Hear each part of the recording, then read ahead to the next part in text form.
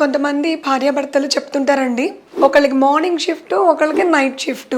ఒకప్పుడు సినిమా వచ్చింది గదా! అవును వాళ్ళిద్దరు ఇష్టపడ్డారు అని. హీరోకి ఒక షిఫ్ట్, హీరోయిన్ ఒక షిఫ్ట్‌లో ఉంటారు. సో, ఇప్పుడు కొంతమంది కపుల్స్ పరిస్థితి అలాగే ఉందండి. సో, ఇట్లా ఉంటే అసలు వీళ్ళు ఫ్యామిలీ లైఫ్ ఎలా లీడ్ చేస్తారు? ప్రెగ్నెన్సీ ఎలా వస్తుంది? చైల్డ్ బేరింగ్ ఎలా జరుగుతుంది? అసలు ఇవన్నీ అగమ్య గోచరంగా ఉన్నాయండి.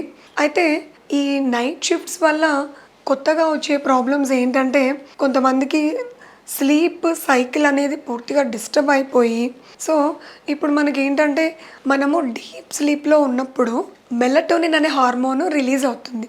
సో దీనివల్ల ఏంటంటే ఇది చాలా ఇంపార్టెంట్ ఫంక్షన్స్ ఉంటాయి అండ్ వీళ్ళ ఎగ్స్ ప్రొడక్షన్కి కానీ స్పర్మ్స్ ప్రొడక్షన్కి కానీ ఇది ఎంతగానో హెల్ప్ చేస్తుంది. సో స్లీప్ ప్రాపర్గా లేక ఈ మెలటోనిన్ తగ్గి ఈ ఎగ్స్ స్పర్మ్ ప్రొడక్షన్ ప్రాపర్గా లేనప్పుడు వీళ్ళు ఎంతోమంది ప్రెగ్నెన్సీ రావడంలో ఇబ్బందులు ఫేస్ చేయడం మాత్రం మేమైతే చూస్తున్నాం.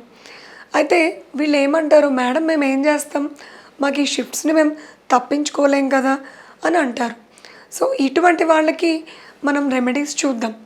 సో తప్పకుండా నైట్ షిఫ్టే చేయాల్సి వచ్చింది అనుకోండి, కనీసం మార్నింగ్ 7 to 8 అవర్స్ బ్రేక్ లేకుండా స్లీప్ ఉండేలాగా చూసుకోండి. అండ్ ఎలాగో షిఫ్ట్స్ ఉన్న మీకు మిగతా టైమ్స్లో మీరు డాక్టర్ చెప్పిన టైంలో కనీసం ఆ టైంలోనన్నా ఓవులేషన్ టైంలో ప్రాపర్గా ఇంటర్కోర్స్ ప్లాన్ చేసుకునేలాగా చూడండి. అండ్ వీలైనంత ఇటువంటి షిఫ్ట్స్ని అవాయిడ్ చేయడమే బెటరు.